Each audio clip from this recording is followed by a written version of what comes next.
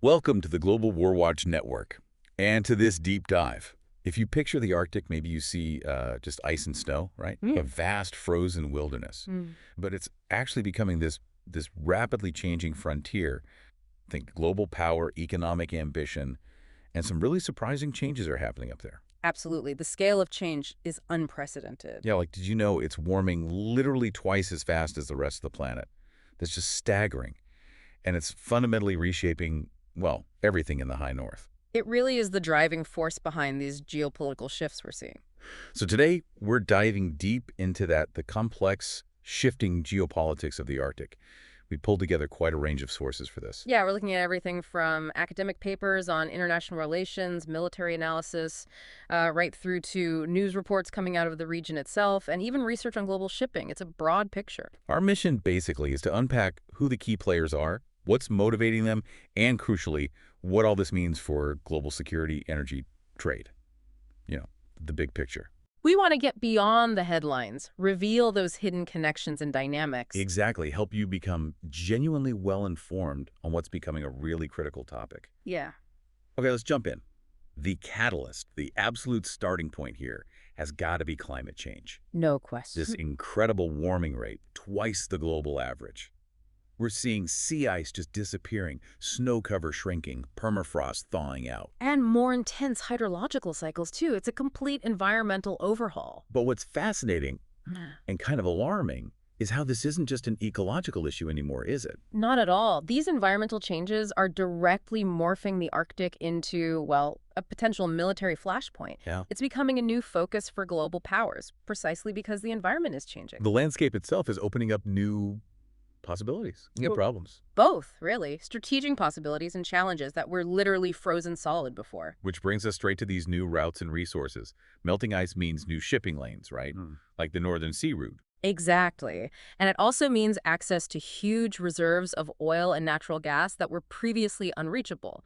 Russia, for example, sits on enormous untapped gas and oil fields, mainly in the Yamal and Gidan peninsulas. Okay, so connect the dots for us. For you listening, why should you care about a shipping route or Russian gas fields? Well, think about global trade. These new Arctic routes could dramatically cut travel times, potentially by weeks, and slash shipping costs.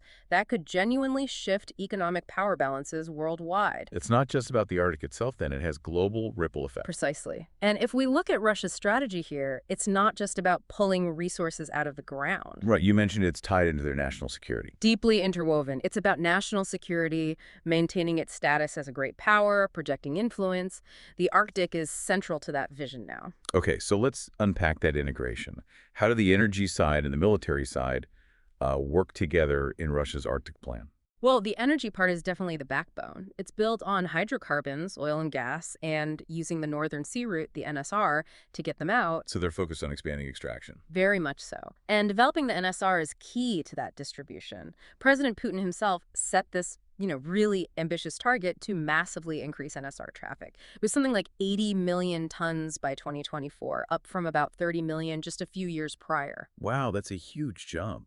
How do they manage that in such icy waters? That's where their icebreaker fleet comes in. They have this fleet of nuclear-powered icebreakers, which are absolutely crucial. Yeah, I've read about those. They're pretty unique, aren't they? They are. The Project 22-220 Arctica class are the world's biggest and most powerful. They're essential for keeping the NSR navigable, potentially year-round in the future. What makes them so capable? They can break through really thick ice, like almost 3 meters thick, and they have this dual draft thing so they can operate in deep Arctic waters and in shallower river estuaries. Very versatile. Okay, so that covers the energy and logistics.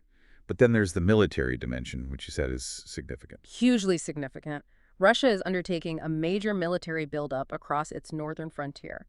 Some analysis suggests they operate about a third more Arctic military bases than the U.S. and NATO combined. A third more. That implies the West is pretty far behind. The assessment is often around 10 years behind in terms of dedicated Arctic military infrastructure and presence. So what does this Russian buildup actually look like on the ground? A key part was upgrading their command structure. Back in 2014, the Northern Fleet was elevated to become a Joint Strategic Command, a JSC. That basically put it on par with their main military districts, signaling a major shift in focus towards Arctic operations. And specific bases, where are they concentrating this? In the Western Arctic, there's a heavy concentration on the Kola Peninsula. That gives their nuclear submarines vital ice-free access out into the Atlantic. Yeah. Then you have these advanced new bases, like the Arctic Shamrock on Franz Josef Land. It can house about 150 soldiers equipped with advanced air defense like the Panzer SA and Bastion P coastal defense missiles. Protecting their assets and coastline. Exactly. Plus, they've deployed the S-400 system, a very capable long-range air defense system, on Novaya Zemlya. This all feeds into their Bastion concept. Explain that Bastion idea a bit more. It's about protecting their SSBNs, their nuclear missile submarines. The idea is to create heavily defended areas close to home, primarily in the Barents Sea, where these submarines can operate securely and maintain Russia's second strike nuclear capability. Shielded by all these other assets. Yes, an integrated defense network. They've also deployed these resonance and radars along the coastlines, designed specifically to detect stealth aircraft and missiles, boosting their air defense umbrella. And it's not just the Western Arctic. No, moving east into the Central Arctic, you see similar efforts. There's the Northern Trefoil Base on Kotelny Island, with comparable capabilities to Arctic Shamrock, and they've put the S-300 long-range SAM system in Tixi as well. It sounds very comprehensive. And crucially, it's not just military bases in isolation. It's part of this broader strategy where civilian and military infrastructure often overlap. Dual use. Dual use. How so? The Ministry of Defense has been heavily involved in rebuilding ports, airfields. I think the number was around 16 ports and 19 airfields. Many of these can be used by both civilian and military operators. They're also beefing up search and rescue capabilities across the region. So it's all connected: the economic development, the resource extraction, the shipping routes, and the military security. Absolutely. It's a cohesive, integrated approach where economic goals and national security goals reinforce each other. It's about securing the region for resources and asserting power. Okay, that gives us a really clear picture of Russia's strategy. But the Arctic isn't just about Russia. What about other major players, like China? We hear a lot about their Polar Silk Road. We do, but it's interesting. Some Harvard research actually suggests that China's involvement in the Arctic might be, well, highly exaggerated. Exaggerated? How? The anxiety seems to be more about what China might do in the future rather than what's actually materialized so far. The research pointed out that a surprisingly high number of planned Chinese investment projects, something like 39 out of 57, have either been canceled or seriously questioned. So the ambition is there, but maybe the follow-through isn't quite matching it yet. Seems that way for now. What's really notable, though, is where China does have a presence.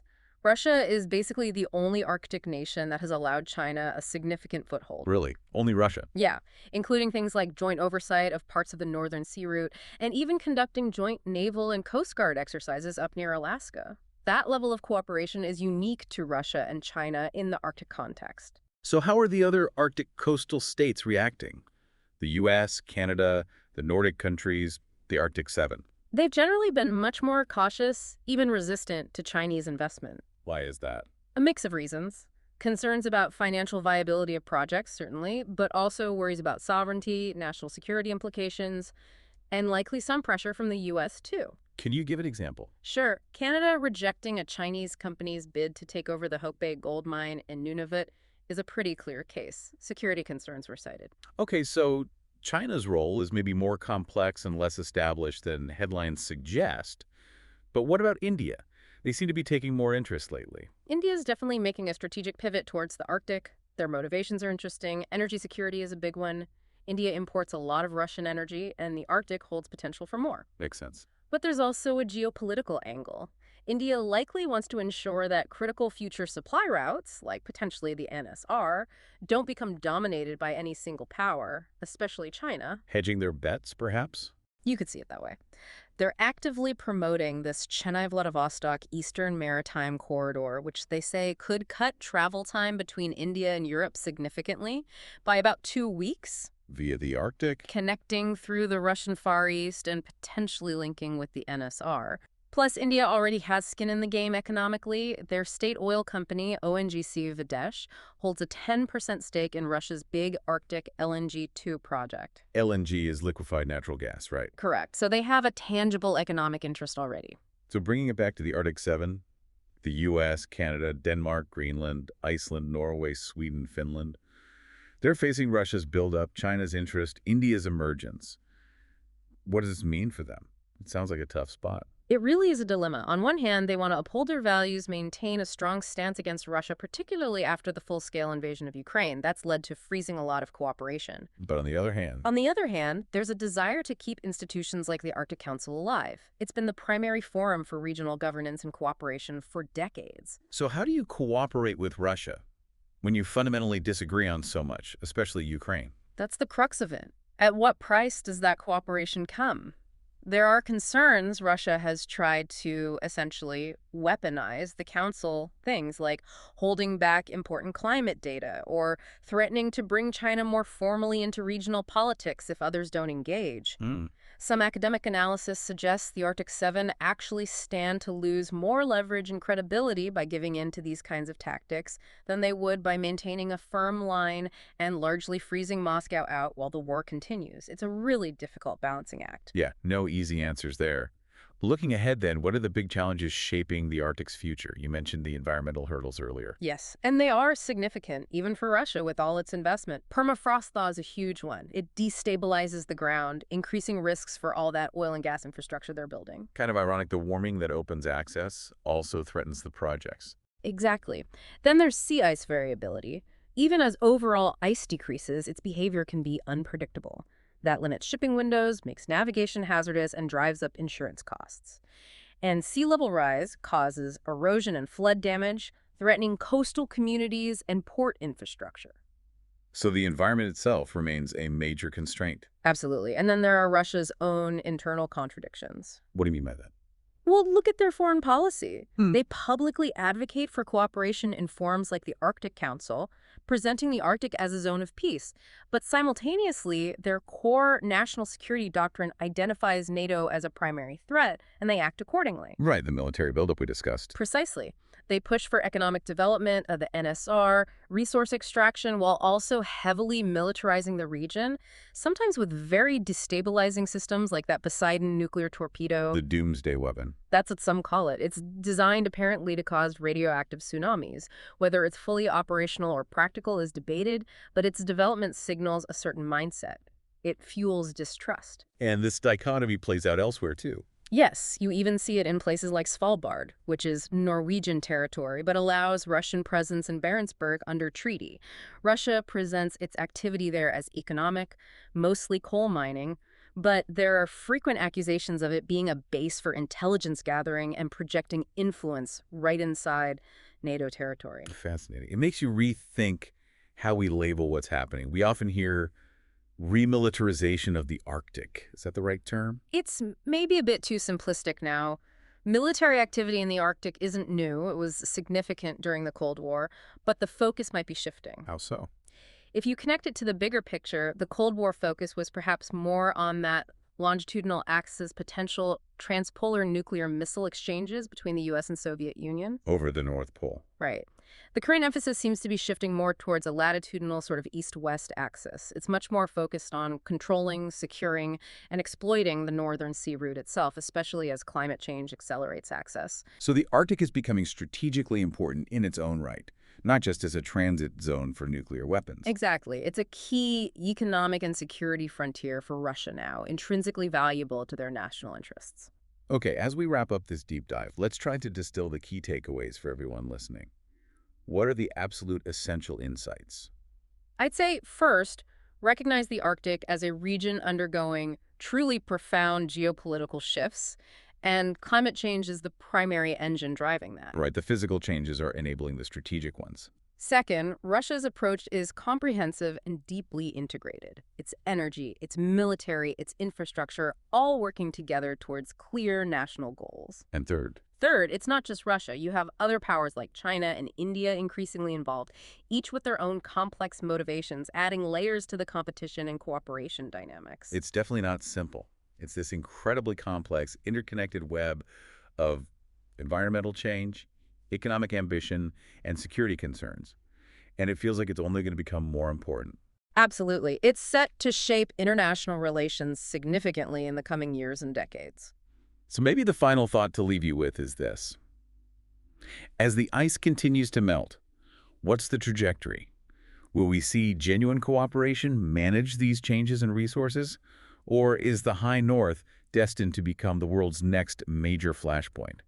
Something to keep watching. A critical question for the future. Thanks for joining us for this deep dive on the Global War Watch Network.